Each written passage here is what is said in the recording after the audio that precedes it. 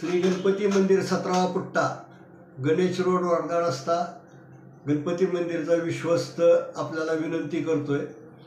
आपल्या गणपतीला साधारण 115 वर्षापूर्वी ह्याची स्थापना समाजातील काही प्रमुख मंडळींनी इथं केलेली आहे आणि त्याचा का परंपरेने आजपर्यंत आम्ही कार्यभाग करत आलेलो आहोत।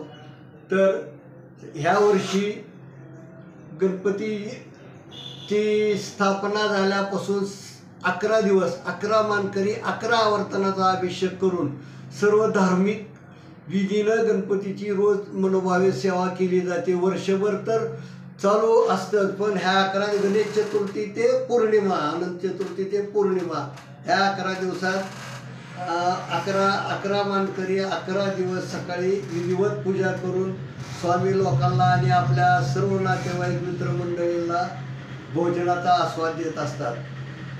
तर आजपर्यंतची अशीच परंपरा आज तगायत आम्ही जपत आलेलो आहोत। साधारण त्यावेळेसच्या मंदिर हे लाकडी आणि मावत ह्या पद्धतीनं बांधकाम त्याचं पूर्वी होतं। त्याच्यानंतर का जसं बदलत गेलं त्याप्रमाणे आमदार दिलीपरावजी सोपल यांच्या मार्गदर्शनाखाली आणि श्रीमती प्रभाताई झाडुकेच्या यांच्या अध्यक्षतेखाली एक जीर्णोद्धार समिती त्यावेळेस स्थापन झाली आणि त्या जीर्णोद्धार समितीमध्ये माझ्याकडं कोषाध्यक्ष ही जबाबदारी देऊन त्यांच्या सल्ल्यानं त्यांच्या मार्गदर्शनानं ह्या मंदिराची ही आत्ता जी वास्तू दिसती ती आम्ही केलेली आहे। तर ह्याच्या पुढेही ह्याच्यात काही नवीन टेक्नॉलॉजी काही असतील तर आपण सुचवायत आणि त्या पद्धतीनं आम्ही विश्वस्त मंडळ त्यात सुधारणा करू इच्छितो। तरी आपल्या वेळोवेळी काही सूचना असतील तर देण्यास काही हरकत नाही।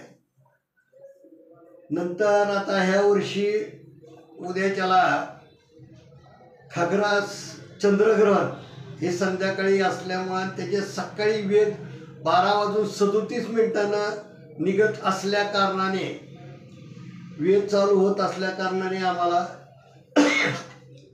मिरवणूक त्या कालावधीत काढणं शक्य नाही आणि धार्मिक परंपरेप्रमाणे किंवा धर्माला रीतीला रिवाजानुसार वेद काळात गणपतीची विसर्जनाची मिरवणूक काढू नये असं धर्मशास्त्रात सांगितलं। त्यामुळे आम्ही ह्या वर्षी मंदिरमध्येच विसर्जन करण्याचे ठरवलेले आहे। दुसऱ्या दिवशी जरी काढायचे असं ठरवलं तर पक्ष पंधरवाडा हा चालू होत असल्या कारणानं पक्ष पंधरवाड्यात सुद्धा आपल्याला धार्मिक विधी करायला आपल्या चंद्रशेखर स्वामींनी त्याला अनुकूलता दर्शवली नसल्या कारणामुळे ह्या वर्षी नाविलाजास्तव सकाळी 10च्या दरम्यान गणपती मंदिर येथेच उत्सव मूर्तीची विसर्जनाची सांगता समारंभ होणार आहे। तरी आपल्या सर्व गणेश भक्तांना नम्र विनंती आहे की आपण येऊन दर्शनाचा लाभ आणि प्रसादाचा लाभ घ्यावा ही विनंती।